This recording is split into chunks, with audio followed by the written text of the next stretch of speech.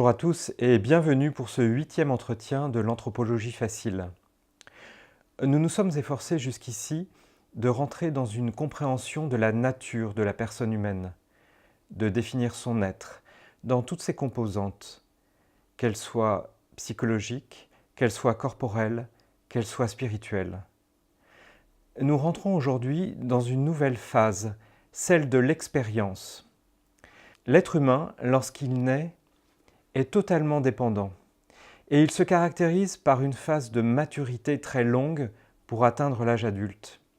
Dans cette phase de maturation, caractérisée par un grand nombre d'expériences et d'apprentissages, les expériences psychologiques de l'enfant tiennent une place privilégiée car elles conditionnent bien des comportements que l'on retrouvera dans la vie adulte.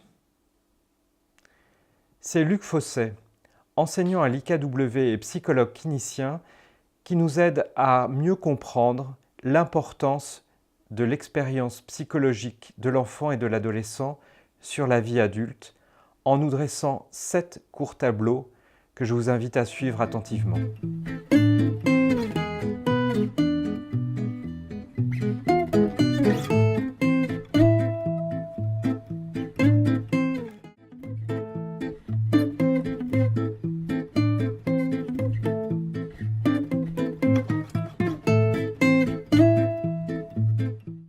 Il y a un certain nombre de chercheurs qui ont travaillé sur le domaine. Je pense notamment à un ethnologue qui s'appelle Konrad Lorenz, qui a travaillé sur les phénomènes d'empreinte, à savoir comment est-ce que une oie va s'attacher à la première image qu'elle va voir lorsqu'elle sort de son œuf. Et à travers ça, il a décrit un certain nombre de phénomènes autour de l'attachement et il a montré comment est-ce que effectivement l'animal pouvait s'attacher à cette première image et ce phénomène d'empreinte, comment est-ce qu'il pouvait avoir tout au long de la vie de l'animal marqué l'animal. Ce qui est intéressant, en fait, c'est la question de l'attachement. D'autres chercheurs ont montré comment l'enfant va s'attacher progressivement à ses parents. Et cet attachement, en fait, il peut prendre 3 voire 4 modèles différents. Un attachement tout d'abord sécurisé, où l'enfant va obtenir et avoir de la part de ses parents un certain nombre de réponses adaptées à ses besoins. Et il va développer petit à petit un attachement sécurisé. Cet attachement sécurisé va lui permettre progressivement de s'éloigner de ses parents et de faire un certain nombre de choses. Donc l'attachement va permettre le détachement, si on peut dire ainsi. Et donc parfois, quand la relation avec les parents est plus complexe, plus difficile, les enfants vont développer des formes d'attachement insécurisées. Et à ce moment-là, on va avoir plusieurs modèles d'attachement qui vont être des modèles d'attachement insécurisés ambivalents, insécurisés évitants, etc., qui vont déterminer un certain nombre de comportements de l'enfant et en général qui se traduisent par une incapacité à aller découvrir l'environnement extérieur. C'est-à-dire que l'enfant soit reste très attaché aux parents et les surveille de peur qu'ils s'en aillent, soit il est en conflit avec le parent et il reste attaché à son parent et donc cet attachement trop attaché fait que l'enfant n'arrive pas à aller explorer l'environnement. Et donc le modèle d'attachement va avoir, avec les parents, va avoir une importance sur la vie à venir et sur la capacité que l'adulte aura à vivre des relations et des attachements dans son environnement, dans son entourage.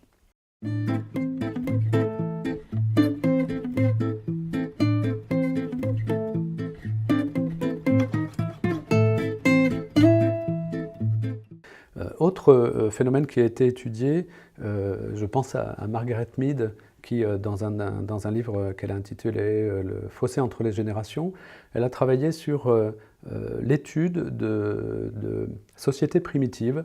Je pense notamment à des sociétés type société Arapèche, où elle montre que dès la naissance, en fait, l'enfant doit se battre pour pouvoir manger. La femme accouche accroupie, l'enfant tombe par terre, etc. Donc des situations de vie assez rudes dès le démarrage. Et on a dans le développement, dans le déroulement ensuite de la vie de l'enfant, toute une compétition qui s'installe. Et on a affaire, chez les Arapèches notamment, les Mondougou-Maures également, elle a montré combien en fait, ce sont des sociétés guerrières par la suite, hein, et combien ces modèles de développement vont engendrer toute une culture du groupe.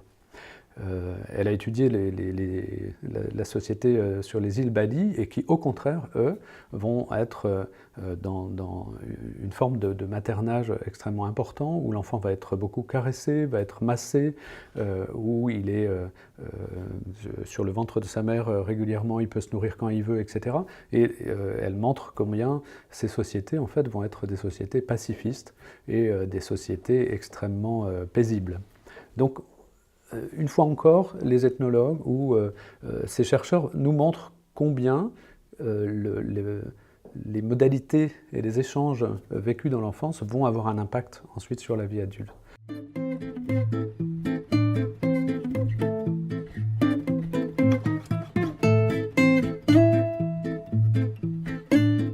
Alors plus précisément, si on parle de l'appareil psychique, du développement de notre appareil psychique, on va être en capacité aussi de voir comment les différentes étapes qu'on va passer tout au long de sa vie vont avoir un impact sur notre capacité relationnelle ensuite.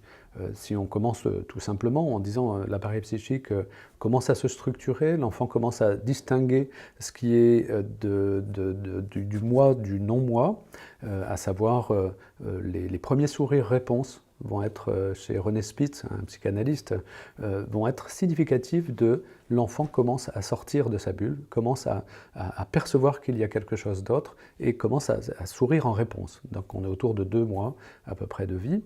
Ensuite, on va avoir un autre élément qui est ce qu'il a décrit autour de l'angoisse du 8e mois. Comment est-ce que devant un visage étranger, l'enfant va être en panique et va rechercher le visage de sa mère. Qui veut dire qu'à un moment donné, l'enfant a intériorisé l'image attendue, et donc l'imago maternel, et va souhaiter en fait le revoir et sera déçu quand il ne le voit pas. Donc cette angoisse de l'étranger. Alors une fois de plus, on peut se dire que si des enfants sont mis en crèche à cette période un peu particulière, c'est-à-dire sont séparés de la mère à cette période un peu particulière qui est une angoisse liée à cette séparation, forcément ça aura un impact sur son développement et sur son avenir. Alors, impact plus ou moins limité, bien sûr, hein, mais c'est important effectivement de se dire qu'il y a des temps comme ça dans la vie qui sont extrêmement importants dans le développement psychique et donc dans le développement des affects, des émotions et de la relation qu'on peut avoir avec ces affects et ces émotions. On pourrait également prendre un autre exemple qui est la question du rapport qu'on va avoir avec l'autorité ou avec le pouvoir. Ce rapport, en fait, il naît très très tôt. Je vais essayer de décrire un petit peu pourquoi, finalement, très tôt, on a un rapport au pouvoir et à l'autorité qui va s'ancrer en nous et qui va ensuite, systématiquement, dans toutes nos relations, à l'âge adulte, face à une autorité, nous renvoyer à ces premières expériences. Quand on regarde la dynamique entre le père et la mère, on s'aperçoit que la mère, finalement, a du pouvoir et une forme de toute-puissance sur l'enfant, sur la capacité de vie ou de mort, c'est elle qui va donner la vie, et effectivement, elle développe l'enfant dans son sein, puis il y a la naissance.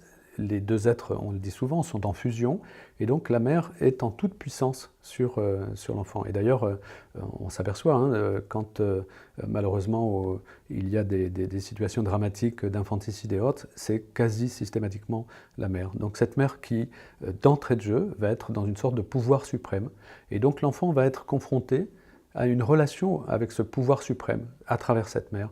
Et le père, finalement, ou l'image paternelle, va venir quelque part contrecarrer cette toute-puissance et venir s'immiscer dans cette toute-puissance. Et l'enfant, progressivement, va pouvoir, à travers l'image et la relation qu'il a avec son père, trouver des solutions et des espaces pour pouvoir vivre indépendant et s'opposer à cette toute-puissance maternelle. Et donc, il va développer progressivement une relation avec l'autorité. Et cette autorité, on la donne, elle n'est pas, une personne ne peut pas dire j'ai l'autorité, c'est quelqu'un qui va lui donner, et donc progressivement l'enfant va donner une autorité à son père à travers cette relation père-mère, mère dans la toute-puissance, dans le pouvoir, et le père qui reçoit cette autorité. À travers ses parents, donc l'enfant va faire cette expérience de la relation au pouvoir et à l'autorité, et plus tard, dans sa vie d'adulte, il va reproduire cette relation.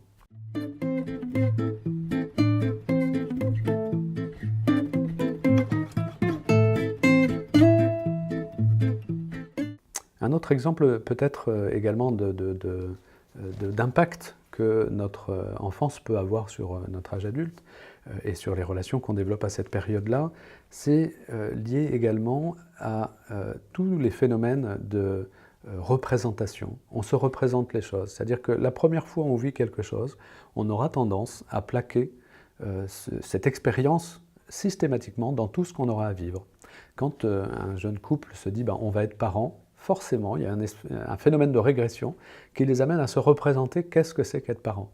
Et qu'est-ce que c'est qu'être parent? La première expérience qu'ils ont des parents, c'est leurs propres parents. Donc on est forcément également marqué par cette première expérience, et toutes les premières expériences qu'on va faire dans notre enfance vont nous marquer et vont nous amener à régresser, à nous représenter les choses à travers cette première expérience. Donc quand on a une expérience qui est plutôt positive, ou on trouve une solution qui est une réponse qui va être adaptée à ce qu'on a à vivre dans l'enfance, et donc on trouve une forme de consolation face à une situation frustrante, face à une situation difficile ou autre, on va avoir tendance systématiquement, quand on revit ce même type de situation à l'âge adulte, à revenir vers cette première expérience de résolution réussie. C'est ce qu'on appelle la régression, c'est ce qui explique que de temps en temps, effectivement, on voit des personnes qui vivent des situations de traumatisme extrêmement importants, en accident de la route, dans différents conflits mondiaux, à travers les guerres ou autres, et où on dit l'expérience ultime, c'est qu'ils se recroquevillent sur eux, et ils adoptent une position fétale. Donc on voit combien, effectivement, les premières expériences vont marquer notre relation, nos relations à l'âge adulte.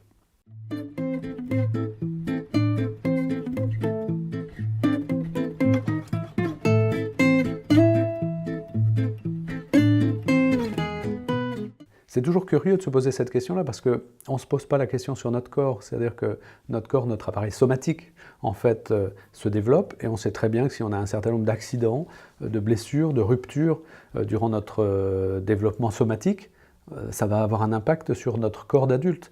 Si on s'est cassé plusieurs fois la jambe, forcément, on risque d'avoir du mal à marcher un certain nombre d'années après. Sur l'appareil psychique, finalement, c'est la même chose, parce que l'appareil psychique, fondamentalement, qu'est-ce que c'est? Alors, on a pas mal de théories qui ont été faites sur la question, il y a pas mal de chercheurs qui ont essayé de trouver des réponses. L'appareil psychique, finalement, si je devais résumer à outrance, je dirais presque que c'est la résultante de notre fonctionnement neurologique. Donc cette résultante du fonctionnement neurologique qui va créer ces émotions, qui va créer les affects, forcément, elle est éminemment dans notre corps. Donc notre corps et notre appareil psychique fonctionnent ensemble. La théorie psychosomatique décrit l'ensemble de ces phénomènes et l'impact que la vie psychique peut avoir sur la vie somatique, et l'impact de la vie somatique sur la vie psychique. On pourrait dire quasiment que c'est comme une pièce de monnaie. Si on prend une pièce de monnaie, si on raye la pièce de monnaie, la pièce dans son ensemble est abîmée.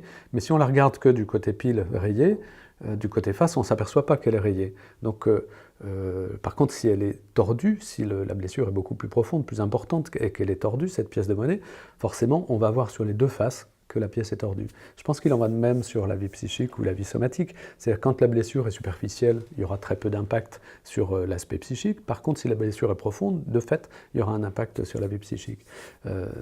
Donc tout ce qu'on va vivre dans l'enfance par rapport à cette vie émotionnelle, à cette vie affective, ça aura des répercussions sur notre vie adulte, et au même titre qu'on est d'accord de dire, oui, notre corps, les stigmates qu'on va porter sur notre corps, les cicatrices qu'on portera sur notre corps, se verront à l'âge adulte, d'eux-mêmes, les stigmates ou les cicatrices psychiques se verront à l'âge adulte.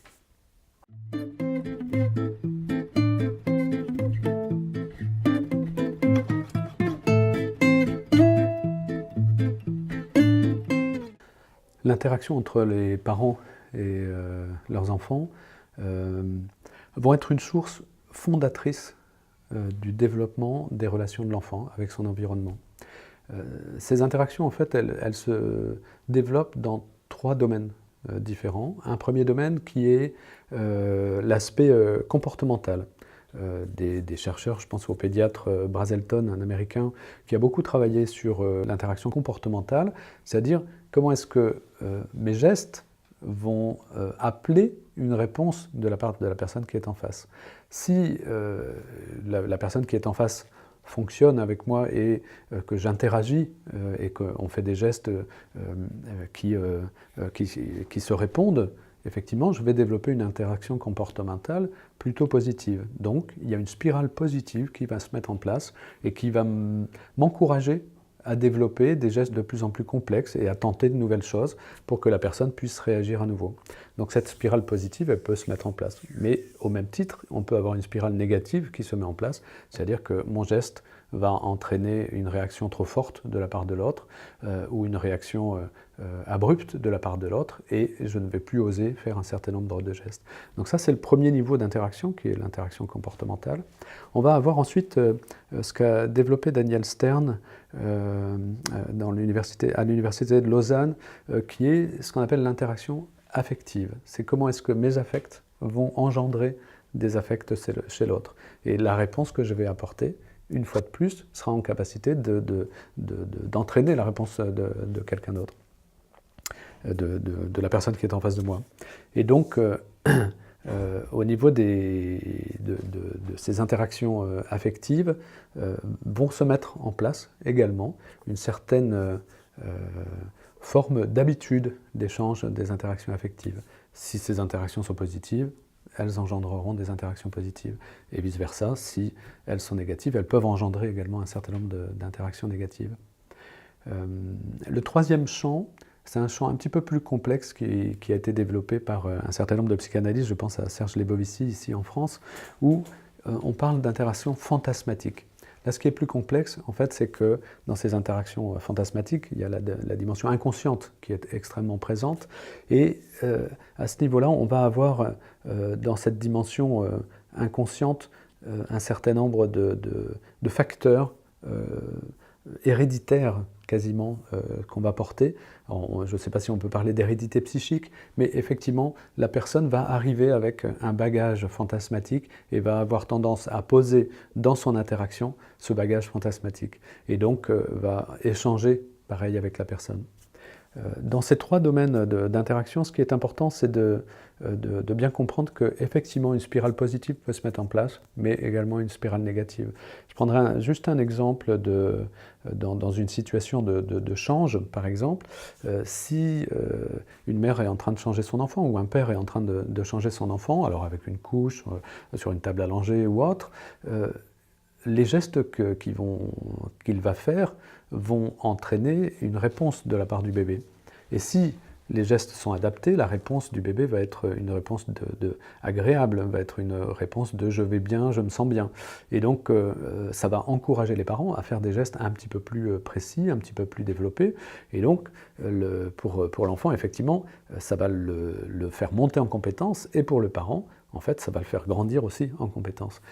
Et il en va des 3 domaines d'interaction dont j'ai parlé tout à l'heure, à savoir le comportemental, l'affectif et le fantasmatique.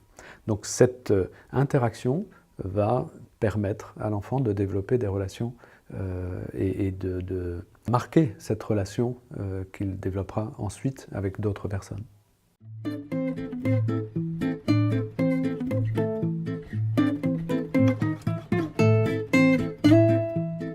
Dans le développement de l'enfant, une chose extrêmement importante, c'est que, et c'est une particularité, hein, c'est le petit de l'homme, si je peux le dire comme ça, c'est qu'il ne va pas pouvoir se débrouiller tout seul. Donc il va devoir s'appuyer sur quelqu'un d'autre, il va devoir dépendre de quelqu'un d'autre. Et cette relation de dépendance va être extrêmement structurante et importante pour ces relations ensuite à l'âge adulte. Cette relation de dépendance, elle va pouvoir être vécue de manière positive à partir du moment où le parent va contenir l'enfant dans différents domaines. Alors un premier domaine qu'on peut observer assez facilement dans une situation d'allaitement, par exemple, quand la mère est en train d'allaiter son enfant ou que le père donne un biberon ou autre, c'est comment est-ce que l'enfant, à un moment donné, il plante ses yeux dans les yeux du parent qui est en train de lui donner à manger, et il va, au-delà du regard du parent, en fait, il va chercher de l'information dans le regard des parents. Il va vraiment essayer de repérer qu'est-ce que je suis en train de vivre, comme si le regard parental était une forme de miroir. Alors c'est un pédiatre anglais, Winnicott, qui traduit cet échange de regards et qui parle vraiment de miroir maternel. C'est-à-dire que l'enfant vient chercher de l'information dans ce miroir pour savoir comment est-ce que lui va. Et effectivement, on s'aperçoit que si l'enfant, quand on regarde certains films d'allaitement ou autre, si l'enfant fait un bruit bizarre dans l'allaitement, il peut commencer à se décomposer, il regarde le regard de sa mère qui va se mettre à sourire par exemple et il s'apaise immédiatement. Par contre, s'il y a quelque chose de surprenant qui se passe et que le regard de la mère s'inquiète, l'enfant va se mettre à se décomposer. Donc on voit qu'il y a cette notion de contenance maternelle à travers le regard. La contenance physique, on en parlait tout à l'heure quand on dit que sur la manière de changer l'enfant, la manière de s'en occuper, le nursing entre guillemets parental va être extrêmement contenant, physique évidemment, hein, et somatique, et la manière de toucher l'enfant est extrêmement contenante également. On a sur le plan psychique, où l'enfant a un appareil psychique qui est en développement, comme son corps est en développement, il est immature sur le plan somatique, le corps de l'enfant et l'appareil psychique de l'enfant va être également immature, et donc va avoir besoin de se développer, et dans un premier temps, il aura besoin de s'étayer sur l'appareil psychique des parents. Ce que disent certains psychanalystes, c'est que la mère, le père vont avoir le rôle de moi extérieur de l'enfant, à savoir l'instance moïque étant l'instance qui va donner du sens, qui va interpréter ce qui peut arriver dans la vie affective, émotionnelle et autres. Donc effectivement, comme cette instance dans la petite enfance n'est pas ou très peu développée, il va avoir besoin de s'appuyer sur une autre instance. Donc ça c'est le troisième niveau de contenance, c'est sur la contenance psychique. Et puis un quatrième niveau de contenance qu'on attribue le plus souvent au père, qui est la contenance sociale, c'est-à-dire comment est-ce que cet enfant va être introduit dans la société, comment est-ce qu'il va être en capacité, parce qu'il est contenu par ses parents, comment est-ce qu'il va être à un moment donné en capacité d'aller explorer le monde extérieur. On en parlait également sur les aspects d'attachement. Cette contenance sociale est extrêmement importante pour que je puisse aller découvrir le monde et que je puisse petit à petit m'inscrire dans le monde. Donc ces différents niveaux de contenance vont impacter également l'enfant. À partir du moment où ils sont, comme disait Winnicott, s'ils sont suffisamment bons, l'enfant va pouvoir suffisamment aller ensuite sur l'extérieur et va suffisamment pouvoir s'investir dans la société. S'ils sont défaillants ou s'il y a tel ou tel aspect qui est défaillant, de fait, ça va créer une difficulté et ça va marquer ma relation aux autres quand je serai adulte.